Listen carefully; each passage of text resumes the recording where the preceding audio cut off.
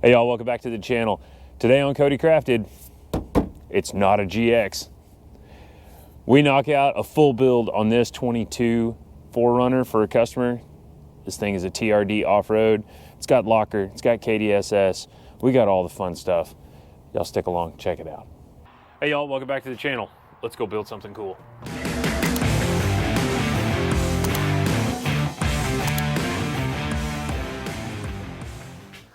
All right, first things first, we need measurements. So as of right now, we are at 36 1/8 to the rear fender, and our center of hub is looking at about 21 3/8. And then in the front,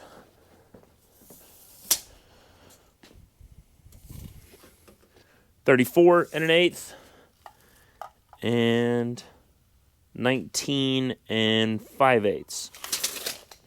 So as of right now, we've got basically 2 inches of rake in it, and that's with a couple of 100 pounds in the back. And the reason we have a couple of 100 pounds in the back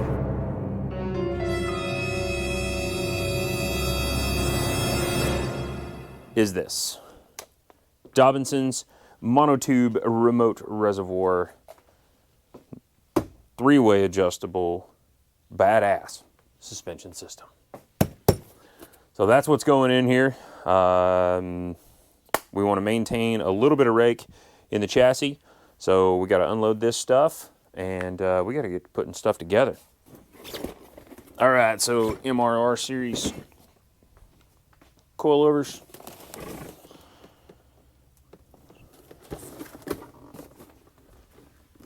Rear shocks. For this application, we're putting a small front bumper on. So these are C59 302 springs.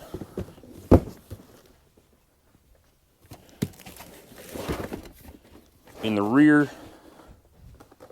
C59 325 springs.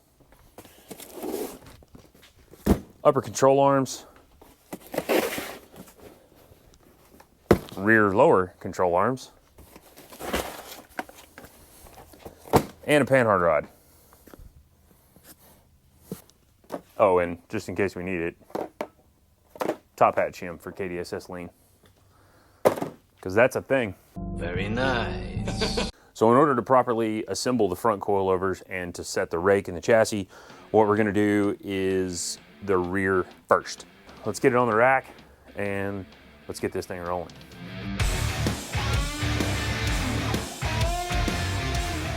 Okay, first things first, we get everything loose. Both ends of the lower control arms.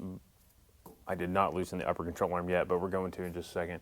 Get the sway bar down here free, out of the way, so you're not fighting it, because you will otherwise. Make sure you get both ends of the Panhard Rod, not only because we're replacing it, but we need the suspension to droop fully out in order to get the springs to come out.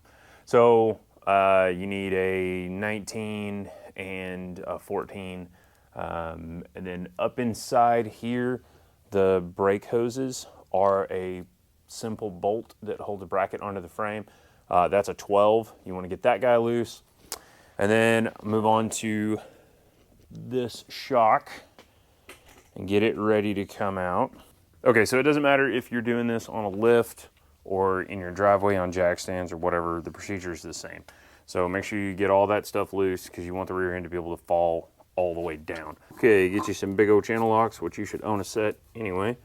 And hold this guy, it's a 17 on the top, and you just gotta get it busted loose. So now that we're loose on the top of the shock, the rear end's gonna wanna fall because everything has been taken loose.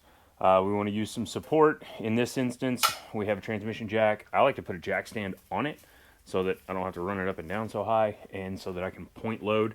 So we're just gonna put a little bit of load on it so that we take the weight. So this guy comes out, and then I find it's easier to get it on the outside and get it loose, and then slide it off of the diff, because it's just easier that way. You don't have to fight it. It's a lot easier to take something with some leverage and move it into position than it is to have it hanging from the top and try to put this lower shock mount in a bind to get on the stud on the rear end. So just something to keep in mind. Okay, now that all 5 link arms are loose on both ends and our ABS wires are disconnected from the chassis so that they can flex a little, we should be able to just pretty much let this puppy come on out. Both shocks are off. We're going to lower this side first. All right, you can let your side down a little bit. All right, check for taunt wiring. Getting a little closer right here on this locker. You're good there. That one's good. All right, my side will come out. Knew your problem.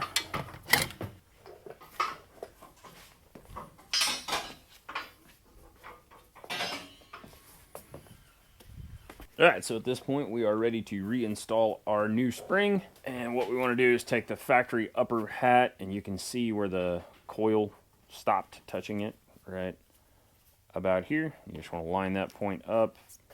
All right, Steve's going to go ahead and put his side in first. And the bottom of the coil will key into a spot on the diff. So you are going to have to fight with it a little bit. Yep, just like that. All right, so then you clock it accordingly, and then go ahead and run your side up. Okie dokie. And my side will come down a little more.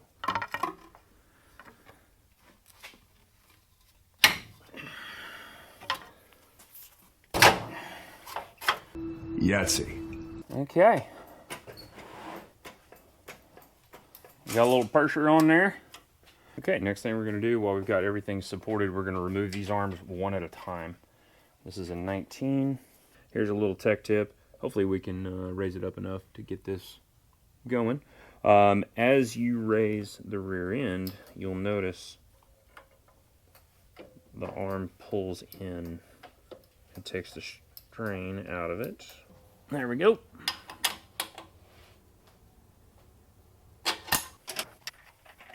And what we should be able to do is just, there we go.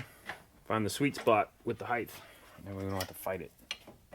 That comes out. Same thing on this end. And we will reuse factory hardware. So we just leave it set aside for a second. All right, let's grab our new Dobinsons control arms. And then we're going to come down just a little bit to let it self-center. And it's going to tweak that bushing right there. Perfect. Okay, so at this point you guys have seen shock installations before. One quick tip that I do like is to leave the rear end drooped way out, and then as it comes up, we touched on this on disassembly, but as the rear end is raised into position, guide the shock inside. So make sure that that beveled washer is in there. And then you always want to hold the shock shaft whenever possible, and you never want to use a power tool to take one apart if you want to reuse it, or if you're going to put a new set together, because you don't want the seals spinning on an impact inside the shock. So that would be bad. So we're going to kind of take a few bites. The proper method on this is to fully squish the bushing until the threads stop, and these are tightened to a German specification known as Guten tight. Your knuckles at least 3 times in any job. And I think Steve's in the same position on the other side. We'll go check on him.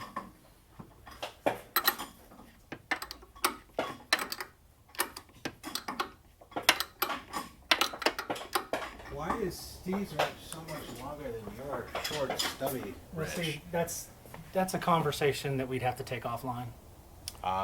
Also, he already had it, so Of course, I'm just working with what I got. Hey, when you're born with it, you're born with it. I don't want your stubby. You take your stubby back. Okay, so now we've got our Dobinsons track bar that needs to go in Panhard bar.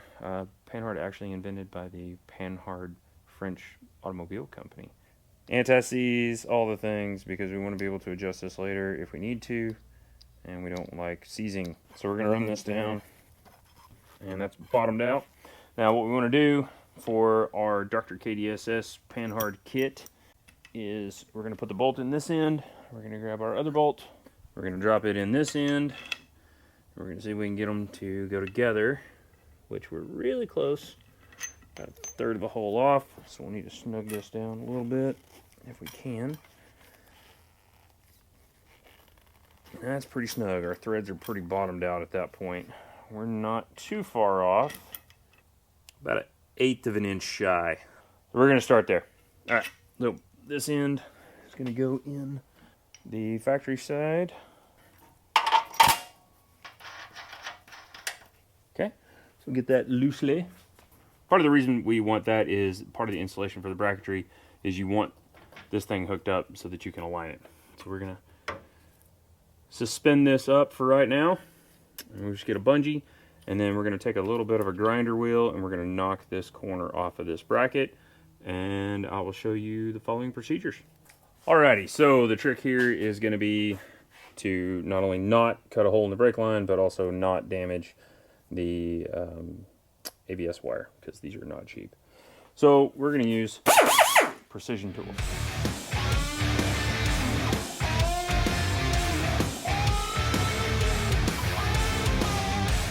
Okay, so we got a couple of pieces that comes with the kit from Dr. KDSS. He has instructions on his website.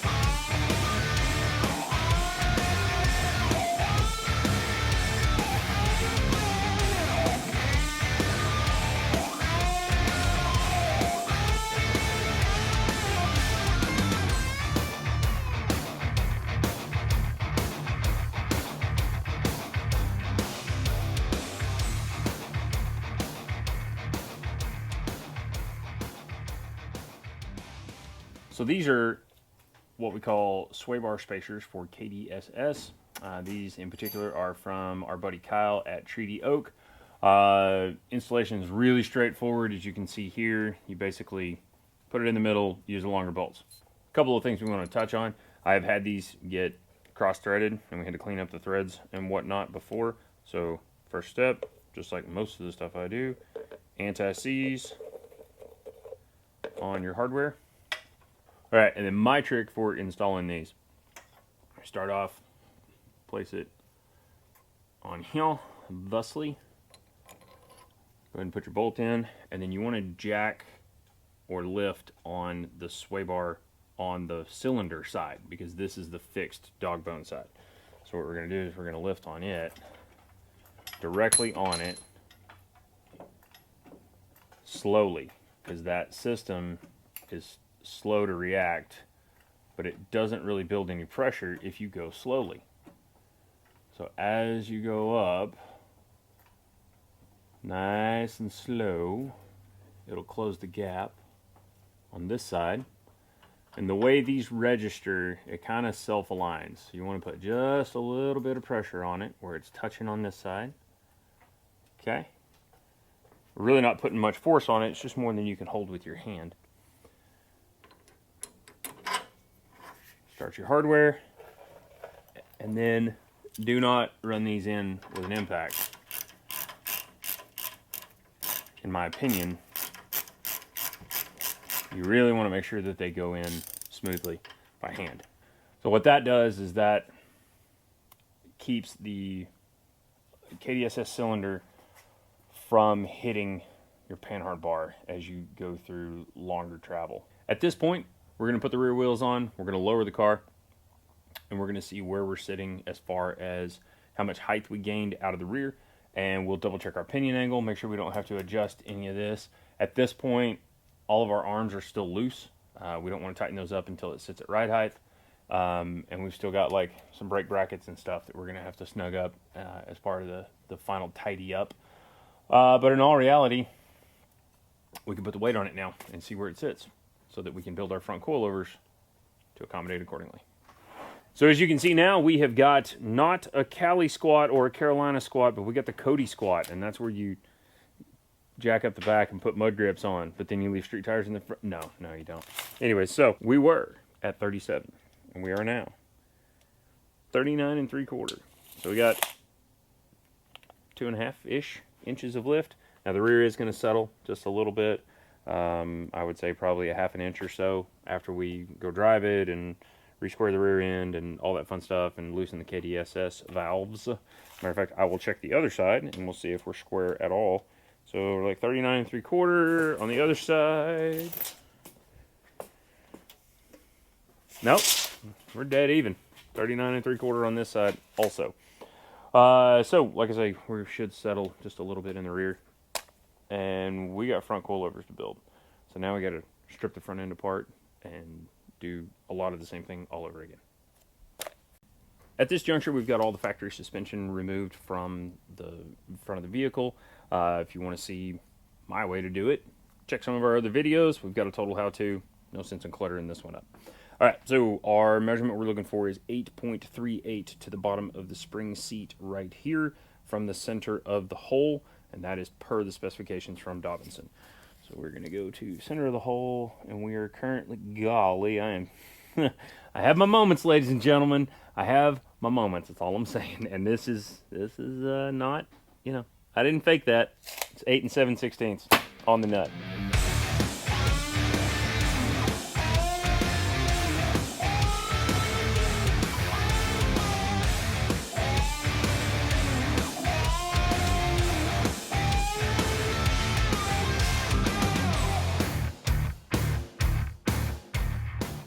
And so anyways, that coilover is built. Lather, rinse, repeat on the other side. Now that we've got our suspension install taken care of, we've got a few little armor and accessory things we need to install. So customer sent us this beautiful C4 Fabrications Low Pro bumper.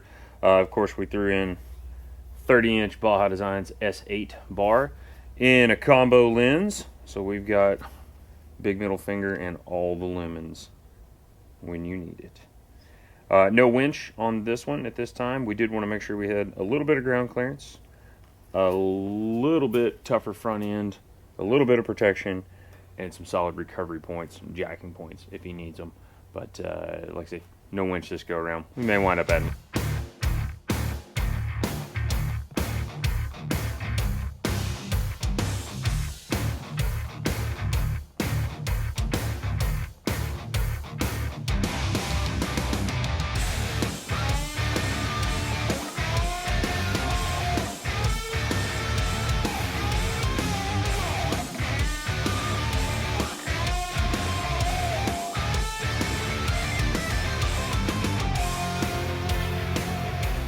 One of my particular requirements for an overland and off-road vehicle is having at least one full-size spare.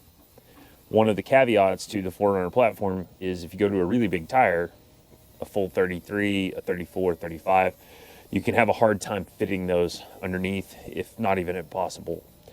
One of the reasons I like this size, the 285/70, is we lucked out and we're actually able to fit a full-size matching spare. So our customer can do 5 tire rotations, and if he has a problem on the trail or out on the road or long distance driving or out on his ranch, he's got a full-size spare ready to go. It's not going to hang down too low. We got plenty of ground clearance with our new suspension system, so let's get this thing under. One of the things I like to do is to put it on a creeper, because then I don't have to carry it.